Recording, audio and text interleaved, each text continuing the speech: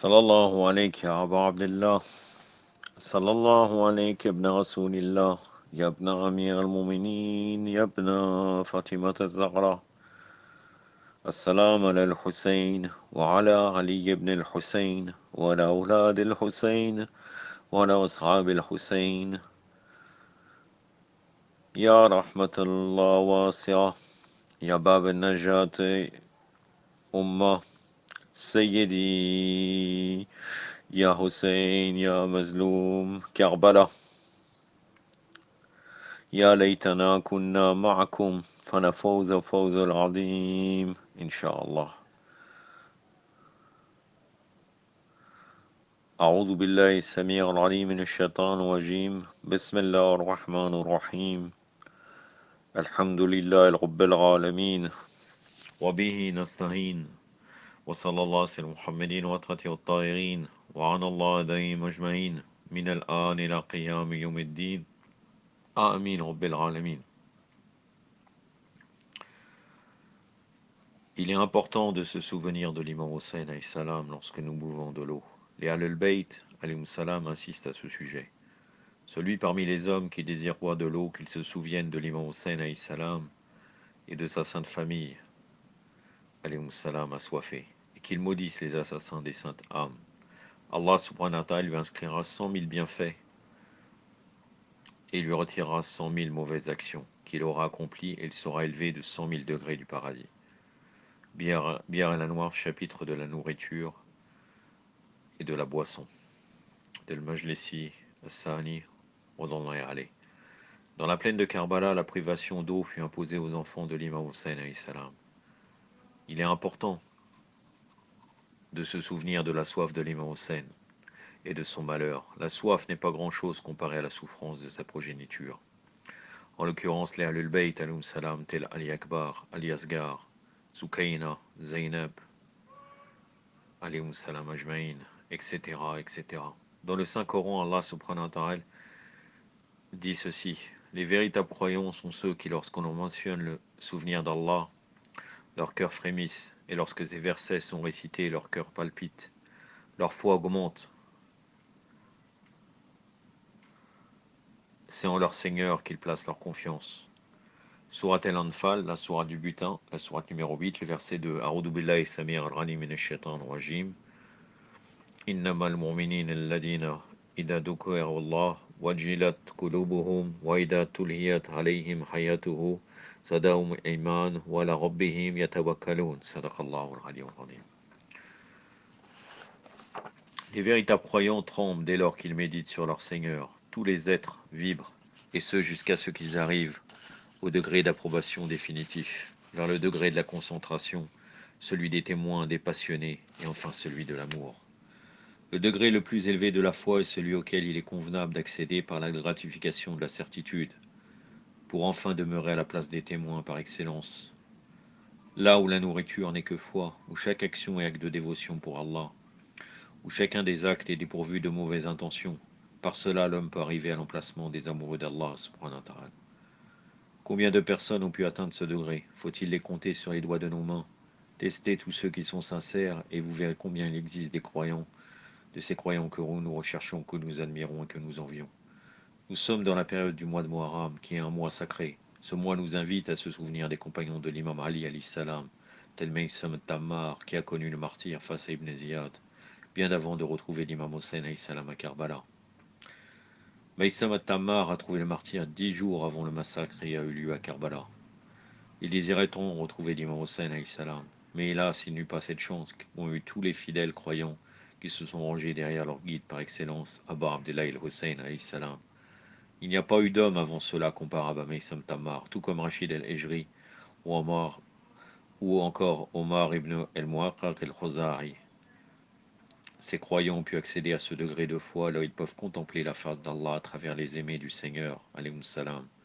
Leur dévotion était sans borne pour les Ahlul Bayt, car ils avaient compris leur importance, qu'il était le seul moyen d'accéder au plus haut degré de la foi pour adorer Allah subhanahu wa ta'ala, véritablement et exclusivement. Il se peut que d'autres personnes aient la possibilité de franchir ces étapes, mais tout dépendra de leur intention et de leur courage. La vie de ce monde est tumultueuse, Mais à la fin de notre passage sur terre, nous retrouvons les aimés, les élus d'Allah, alayhum salam, pour notre bien-être, car ils sont le seuil de la porte d'Allah. Quiconque désire y pénétrer doit demander la permission. Quiconque désire converser avec le Seigneur doit tout d'abord être initié à l'enseignement de ses élus, alayhum salam. Il est écrit dans l'ouvrage Nafas al-Mahmoun, l'âme anxieuse de Shir Abbas al-Qawmi, ceci. L'imam Ali alayhi salam tenait ses propos avec Maysam al-Tammar. Ne veux-tu pas que je t'annonce une bonne nouvelle? De quelle bonne nouvelle s'agit-il? Tu mourras crucifié. Ô mon maître, est-ce que je demeurerai sur la voie de l'islam? Oui. Le martyr est ce que je désire le plus, et je place mon espoir en lui. Réfléchissons sur ces paroles d'une importance sans égale. La vie pour ce croyant n'a de prix que si elle est au service du Créateur. Défendre la vérité par la parole est un acte courageux, mais la défendre par son âme l'est encore plus, car la parole n'est rien sans l'âme. Le croyant doit être initié à la lumière divine par les Ahlul Bayt alayhim salam, afin de cheminer sur la voie droite parmi les ténèbres qui envahissent notre monde.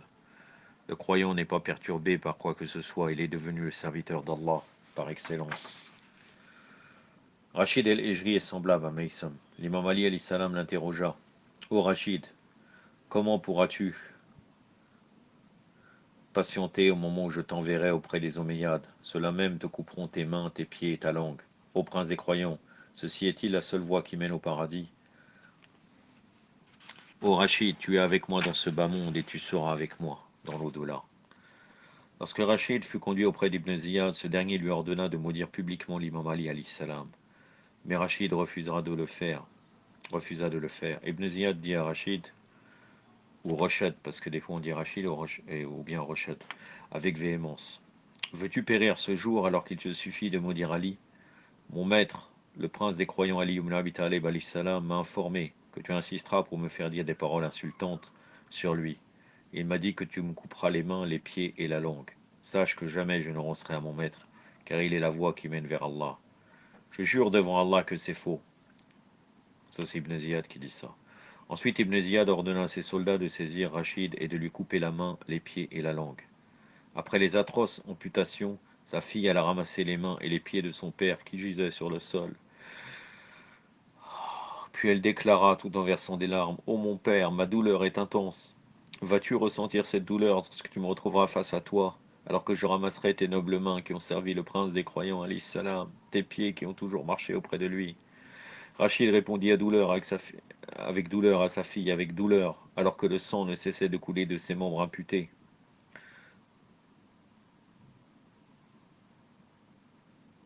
Et je me suis trompé en fait. Ibn Ziyad, il a ordonné de lui couper les mains et les pieds seulement.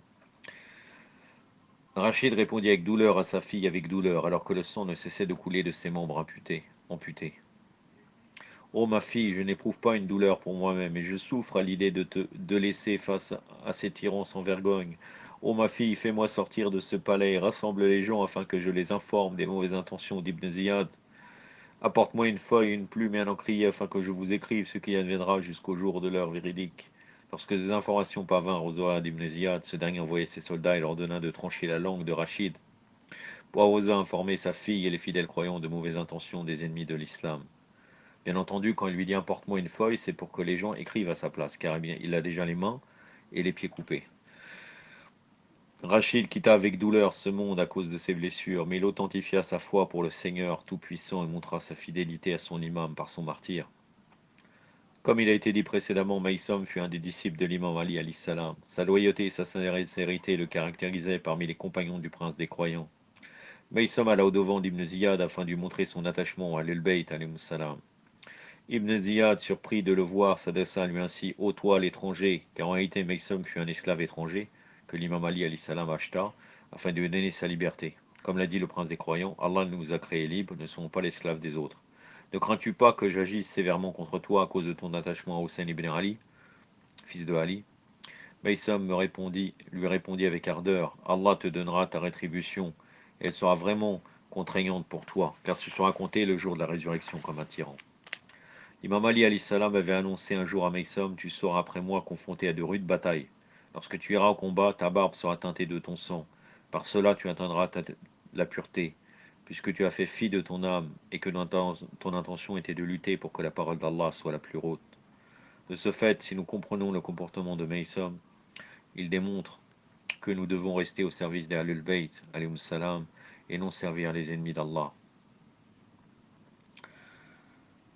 Masma ibn Abdelmalek el-Basri rapporte de l'imam Jafar Sadiq alayhi salam a dit ceci: Ô Masma, es-tu un habitant d'Irak? N'iras-tu pas visiter le tombeau de l'imam Hossein alayhi salam? Non, je ne vais pas le visiter, je suis un simple homme, témoin des agissements des habitants de Basra. Nous obéissons par crainte aux mauvaises intentions de notre calife. Nous suivons ses caprices, nous sommes entourés d'innombrables ennemis, nous craignons pour notre vie, il n'y aura personne qui sera élevé dans son rang social si nous nous éloignons de notre calife. L'imam Jafar Sadiq alayhi salam répondit avec peine: Ne te souviens-tu pas comment les ennemis ont agi à l'égard de l'imam Hossein alayhi salam? Ne serait-il pas préférable de retrouver la vie après que tu aies goûté à la mort spirituelle? Oh oui. Ne ressens-tu pas de la tristesse? Oui, par Allah, je suis extrêmement indigné, et lorsque je tourne mon regard vers ma famille, je vois les conséquences sur moi de ce fait. Je m'interdis toute nourriture jusqu'à ce que mon visage devienne pâle, car le chagrin m'habite continuellement. Que la toute miséricorde d'Allah soit sur toi, car le fait de verser des larmes sincèrement pour l'imam Hossein alayhi salam, le Seigneur t'accordera sa grâce. Sache que ceux qui sont affligés pour nous, les Ahlul Bayt, qui sont satisfaits de ce que nous sommes satisfaits, qui sont tristes comme nous le sommes, qui craignent de désobéir à Allah, tout comme nous n'avons jamais désobéi à Allah, et qu'ils croient en ce que nous croyons, Allah subhanahu wa ta'ala leur accordera une protection le jour où ils quitteront ce monde. Ils seront gratifiés de notre présence durant ce moment pénible pour l'homme. L'ange de la mort sera en paix avec eux. Il aura en sa possession un feuillet lui annonçant une très bonne nouvelle, aussi importante que la toute miséricorde d'une mère pour son enfant, la proximité avec l'imam Hossein alayhi salam. Puis l'imam Jafar Sadiq alayhi salam poursuit ainsi: Celui qui pleure sincèrement pour l'imam Hossein alayhi salam, ou par l'un d'entre nous, qu'il sache qu'il recevra la toute miséricorde d'Allah bien avant que les larmes se soient écoulées de son œil. Le paradis est heureux d'accueillir ceux qui nous aiment. Tous les nombreux bienfaits qu'Allah subhanahu wa ta'ala accorde à tout pour ceux qui versent des larmes sincères pour l'imam Hossein, en se souvenant de son combat à Karbala. Tout cela amène le pardon pour tous les péchés que l'on aura commis, et nous sommes nombreux à en avoir commis. Il est important pour nous de se souvenir de ces moments douloureux. Ce jour, si nous prétendons être dignes d'être considérés comme ceux qui ont le droit à cette toute miséricorde. Tout acte accompli à sa rétribution, soit en bien, soit en mal. Tout ce qui se trouve sur l'arche, le trône d'Allah, se répand sur celui qui en est digne. Il ne peut y avoir d'honneur pour celui qui est unique et ingrat. La puissance et l'honneur font partie de la royauté qui appartient à Allah subhanahu wa ta'ala. Il est le Tout-Puissant. Tout ennemi avoue l'inertie devant la toute-puissance divine. Et toutes ses actions sont mauvaises. Toute chose vide de sens devant Allah est caduque. Tout bien qu'il accorde est voué à demeurer. Les anges eux-mêmes n'ont aucune puissance ni honneur, si ce n'est de par Allah. Ils sont tous des serviteurs du Seigneur Tout-Puissant. Ils sont tous des créatures, et ils goûteront eux aussi à la mort. Et certains font partie du monde céleste. Ils sont des créatures, et toute créature doit retourner devant son Seigneur.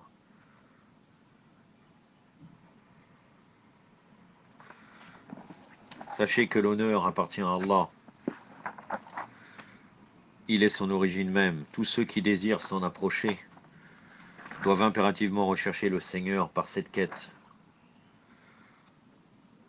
Doivent impérativement rechercher le Seigneur. Par cette quête, ils entreront en relation avec Allah, et ceci constitue la plus haute distinction.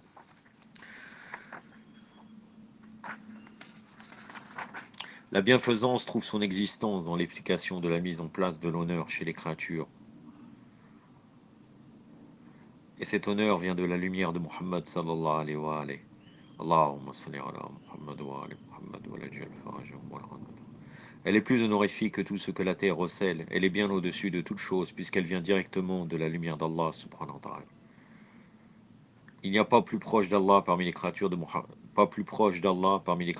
Muhammad sallallahu alayhi wa alayhi.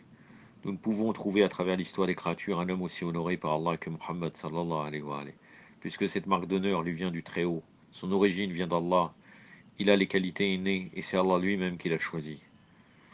Et c'est ton Seigneur qui crée ce qu'il veut et il choisit. Surat al-Qasas, surat le récit, le verset 68.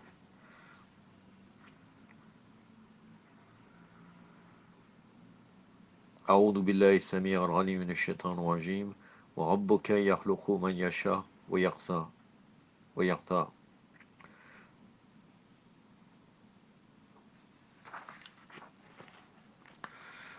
Le nom de Muhammad sallallahu alayhi wa sallam vient du nom d'Allah, Mahmoud, qui signifie le loué, alors que le nom de Muhammad signifie digne d'éloge ou comblé de louanges.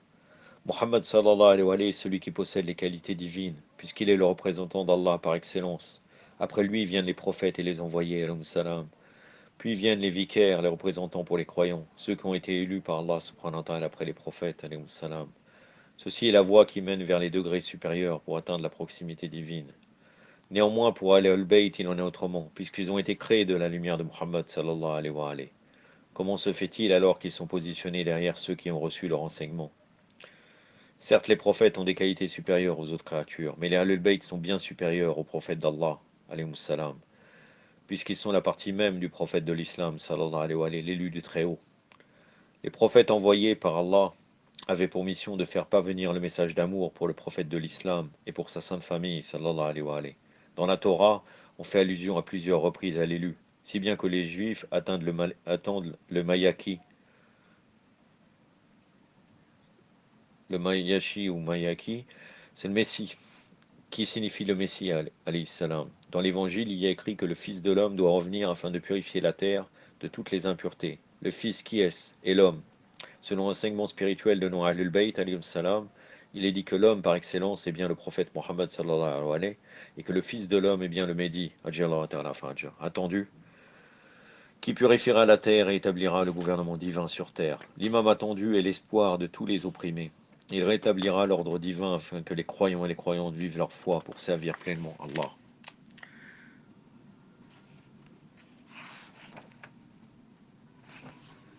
Il n'y a pas sur notre planète une terre qui soit méprisable ou médiocre, mais il est important de comprendre la nécessité d'un lieu qui facilite notre relation avec Allah subhanahu wa ta'ala, comme par exemple sur la sainte terre de la Mecque, vénérée que Allah a choisie. Ce lieu est un moyen d'être protégé contre toute nonchalance.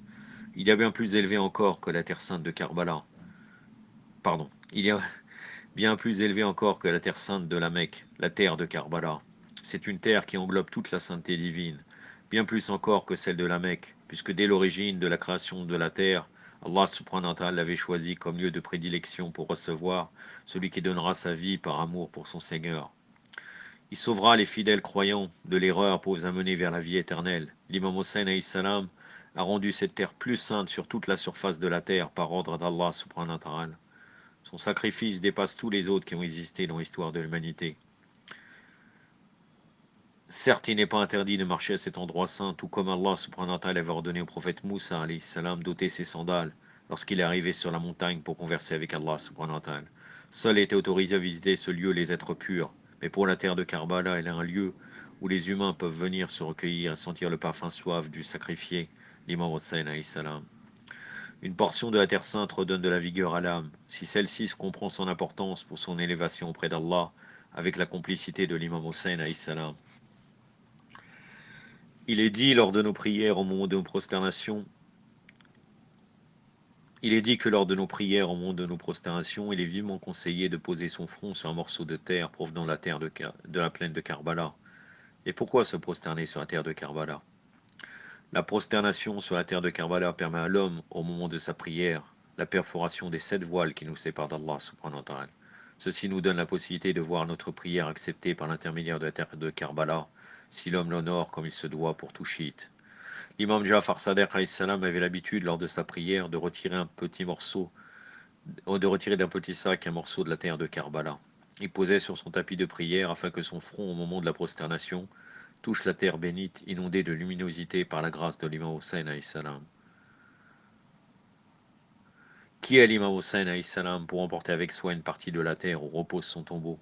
N'est-ce pas une marque d'honneur sublime? Ceci est le moyen de se rapprocher d'Allah subhanahu wa ta'ala, puisque cette terre où est inhumé l'imam Hossein alayhi salam a été élue par le Tout-Puissant comme la terre par excellence pour les croyants qui désirent s'élever spirituellement. Les larmes versées pour l'imam Hossein alayhi salam, si elles sont sincères, sont une preuve de notre attachement au prince des martyrs, et ceci contribue à la protection d'Allah contre tout trépas. Allah subhanahu wa ta'ala ne regarde pas si les larmes s'écoulent sur vos joues, non, il observe votre cœur, s'il tressaille à ce moment d'affliction. La sainte Karba a son origine tournée vers Allah subhanahu wa ta'ala. Quand la terre de Karbala, elle est sacrée, et son origine est tournée vers l'imam Hossein alayhi salam, qui lui puise son origine chez le saint prophète Mohammed sallallahu alayhi wa sallam, qui ce dernier procède de la lumière d'Allah subhanahu wa ta'ala. Il écrit dans de nombreuses narrations ceci: les anges descendent sur la terre afin d'emporter avec eux une parcelle de la terre de Karbala pour en faire cadeau aux habitants des cieux. Assurément, nos larmes et les vôtres coulent à flot dans nos cœurs et dans nos yeux à la prononciation du nom de l'imam Hussein alayhi salam. Ceci est une preuve de la protection des anges, sur ordre d'Allah par notre sincérité envers le sacrifié par excellence. Sachez aussi que les anges viennent caresser les joues de ceux qui versent des larmes de sincérité pour l'imam Hussein alayhi salam. N'est-ce pas une grâce divine? N'est-ce pas la preuve que l'imam Hussein alayhi salam apporte tout bienfait pour celui ou celle qui lui demeure fidèle? Les personnes qui pleurent dans ce monde du matin au soir ne peuvent trouver de remède à leurs maux. Même si elles s'activent pour espérer trouver un apaisement temporaire, pleurer pour l'imam Hussein alayhi salam en séjour du mois de Muharram efface les péchés pour celui qui a connaissance de la valeur du sacrifice du petit-fils du prophète de l'islam, sallallahu alayhi wa sallam.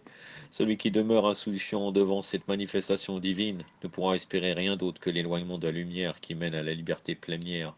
Si l'âme est prise de tristesse pour l'imam Hussein alayhi salam, cet acte est synonyme de glorification, puisqu'elle s'est unie avec le Seigneur des martyrs, si bien que son âme n'est plus la sienne, mais elle s'est bien unie avec l'imam Hussein alayhi salam, et est devenue une partie à part entière de l'imam Hussein alayhi salam. Les larmes versées ne sont plus celles de la personne qui les verse, mais celles de l'imam Hussein alayhi salam. Cette union sacrée apporte une satisfaction intérieure et redonne de la vigueur en ce monde ténébreux.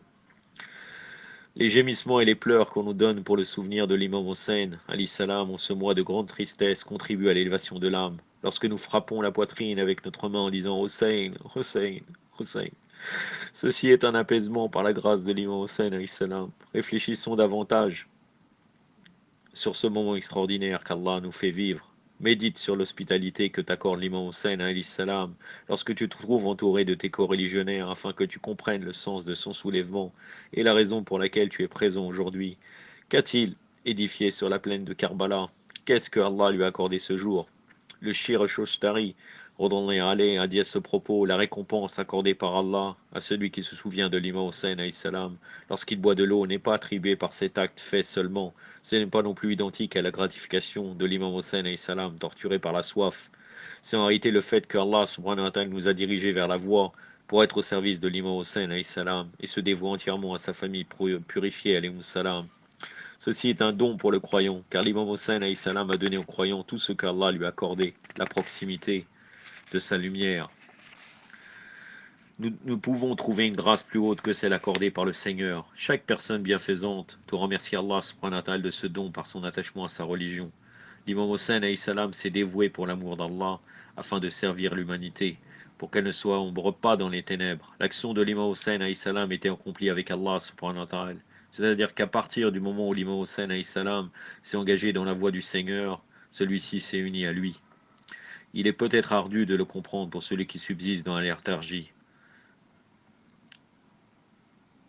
Mais pour celui qui est initié par l'amour de l'imam Hussein alayhi salam, celui-là le comprend et le ressent au plus profond de son être. Le sacrifice de l'imam Hussein alayhi salam est immense. Il a donné sa vie, celle de son enfant Ali Asghar alayhi salam, celle des autres membres purifiés de sa famille alayhi salam ajma'in. Comment l'humanité peut-elle rester insensible aux actes de l'imam Hussein alayhi salam? N'est-ce pas le plus grand bienfait qu'il ait reçu de la part de son Seigneur? Sa vie entière fut consacrée à servir son Créateur, et de ce fait servir l'humanité entière afin qu'elle retrouve la voie lumineuse et vivre en harmonie avec la création tout entière. L'imam Hussein alayhi salam a délivré les cœurs enchaînés par leur passion. Il les a éduqués sur la voie de la félicité. Il les a préparés pour l'autre monde pour recevoir tous ses bienfaits auprès d'Allah subhanahu wa ta'ala. Étudions de près l'œuvre de l'imam Hussein alayhi salam sur la voie de son Seigneur. Quelle magnificence trouve-t-on dans ses discours, dans ses actes d'adoration, dans ses invocations, et ce même lorsque sa tête fut tranchée et transpercée par les lances. La récompense divine ira vers celui qui se souvient des malheurs endurés par l'imam Hussein alayhi salam, et ceci à n'importe quel moment de la journée, encore mieux à chaque instant. Les malheurs de l'imam Hussein alayhi salam doivent consumer le cœur du croyant, et ce cœur doit verser des larmes pour que les yeux à leur tour puissent en verser abondamment.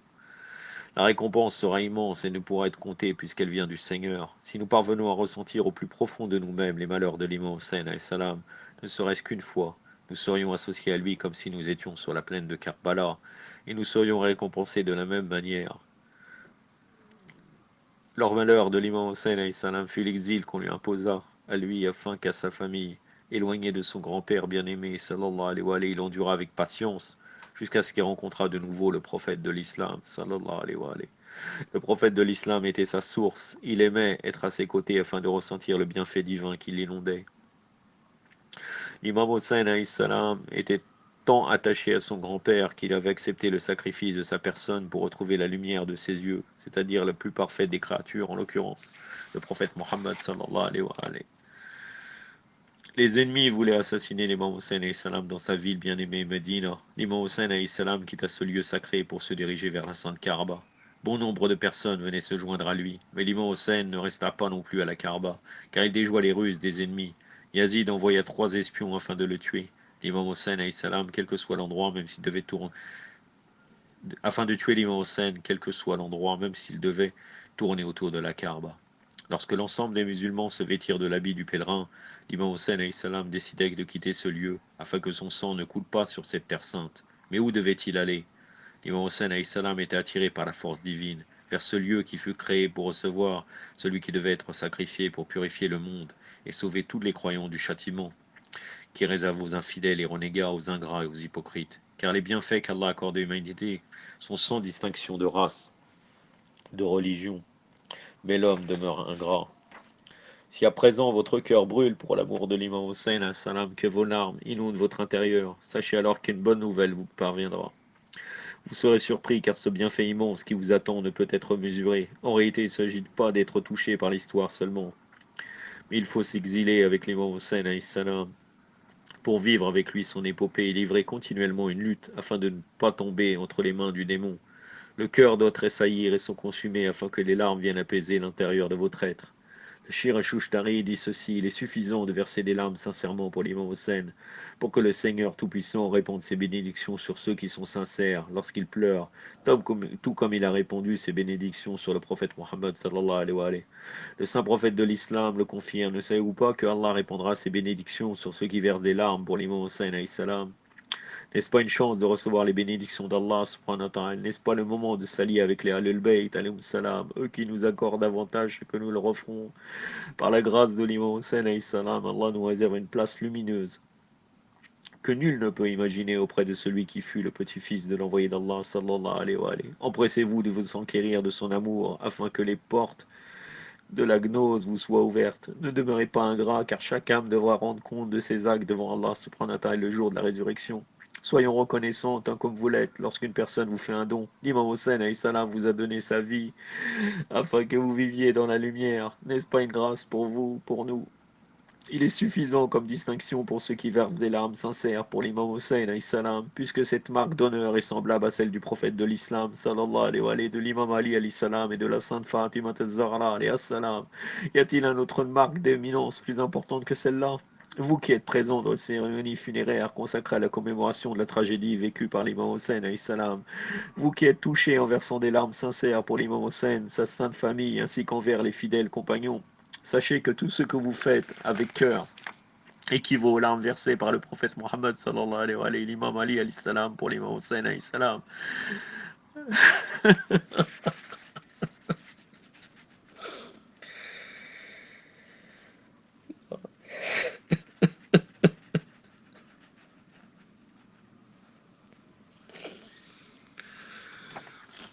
Nous implorons Allah qui nous garde en harmonie avec l'imam Hossein alayhi salam, qui nous place parmi ceux qui demeurent en accord avec leur foi pour recevoir ce bienfait grâce à l'imam Hossein alayhi salam et à son sacrifice pour nos pauvres âmes dépourvues de guidance sans lui. Un jour a un caractère sacré durant la période du mois de Muharram. Ce mois est celui de la tristesse pour l'imam Hossein alayhi salam. Nous demandons à Allah subhanahu wa ta'ala qui nous accorde ses grâces afin d'élever par nos actions le nom de l'imam Hossein alayhi salam, car ceci est un bienfait qui nous est accordé. Représenter l'imam Hossein alayhi salam en ce mois, rester à ses côtés et demeurer ferme dans nos actions afin de préserver l'enseignement divin.